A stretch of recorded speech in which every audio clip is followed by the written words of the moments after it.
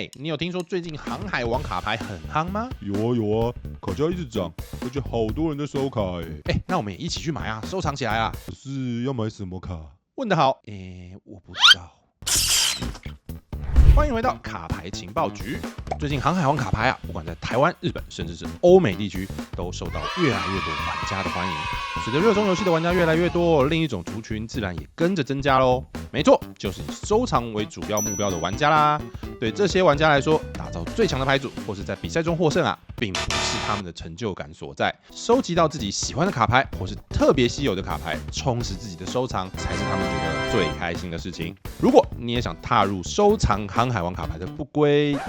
不对，是伟大航线的话，今天的影片就是为你而做的。航海王卡牌是由大家熟悉的玩具和游戏发行商万代公司所发行的。第一个系列 Romance Down 在2022年7月发售。由于航海王的强大 IP 加持啊，上市初期就引起了许多卡牌玩家的注意哦。当时的印刷量跟不上亚洲玩家们的需求，可以说是一包难求。不管是单卡或是补充包的价格，都随之水涨船高起来。不过啊，这样的状况在万代后续的加量以及再版之后缓解了，整个二手市场也更趋于稳定。原本以为航海王卡牌会就这样稳稳的发展下去，不过事情却在接下来出现了转折点。时间来到2023年的8月，第5代新时代的主义即将发售，这刚好是庆祝航海王卡牌发行1周年的时间点，因此万代公司也投入了相当多的宣传资源，比如说继续请知名演员小栗旬拍摄 CM 广告，在人潮汹涌的涩谷车站举办大型的周年宣传活动等等。如此大规模的宣传动作啊，自然吸引了许多人的目光。在大量的宣传之外，航海王卡牌的游戏本体也在此时迎来了亮点。首先是累积了5个系列的卡池，到达了一个耐玩度很高，而且复杂度也不至于过于夸张的一个平衡点。许多在那个时间点入坑的玩家们，很快就发现了航海王卡牌，怎么这么好玩啊？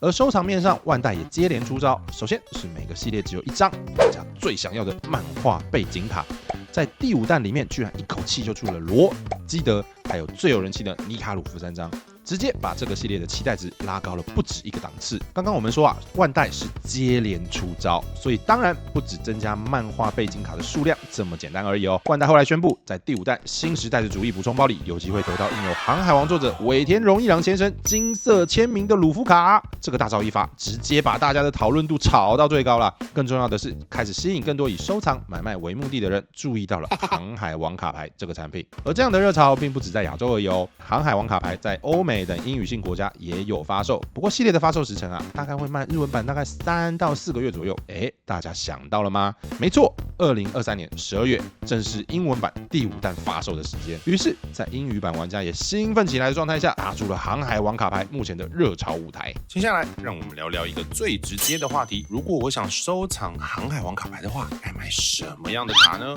关于这个问题啊，我们说的不准，不如带大家来看一下目前为止1到6弹各系列卡价的前5名吧。第1弹 Romance Down， 第5名鲁夫大头7670日元，第4名索隆大头11100日元，第3名罗大头11100日元，第2名娜美13300日元，第1名香克斯漫画卡7万日元，第2弹顶上决战，第5名美英4400日元，第4名白胡子大头4500日元，第3名黄猿4600日元，第2名火拳艾斯4890日元，第1名火拳艾斯漫画卡89000日元，第3弹强大敌手，第5名悬赏鲁夫5600日元，第4名夏洛特卡塔克利6110日元，第3名娜美大头7000日元，第2名夏洛特卡塔克利9700日元，第1名狙击王漫画卡42000日元，第4弹谋略的王国，第5名雷贝卡6000日元，第4名大和6000日元，第3名萨波6400日元，第2名波雅汉考克1万日元，第1名萨波漫画卡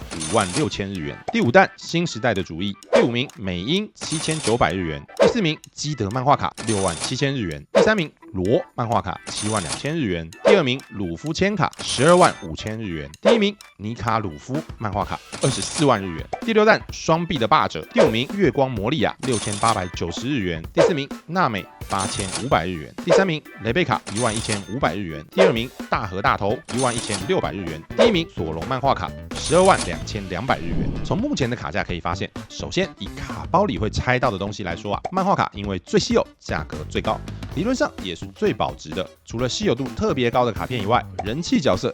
特别是女角的稀有卡片也会有比较高的需求。最后则是赛场上较常出现、强度高的主流套牌所会使用的卡牌们。如果你的预算不少，那么漫画卡应该会是你的首要选择。但如果预算有限的话，像大和汉考克、美樱等等的女角稀有卡，应该会是不错的收藏目标哦。不过大家看过我们频道介绍卡价的影片就知道，最稀有的卡片往往不是卡包可以拆得到的东西哦。航海王当然也不太例外啦。要说航海王卡牌里收藏难度的顶点，绝对是各大赛事的奖品卡啦。接下来就为大家介绍几张梦幻一品等级的卡牌吧。第5名，青雉2023冠军赛依次预选区域大会的8强奖品898000日元。第4名，罗2023年冠军赛2次预选区域大会的8强奖品150万日元。第3名，鲁夫2022年旗舰赛冠军奖品158万日元。第2名，赤犬2023年冠军赛依次预选决胜大赛的32强奖品298万日元。第1名，鲁夫2023年冠军赛2次预选决胜大赛的16强奖品600万日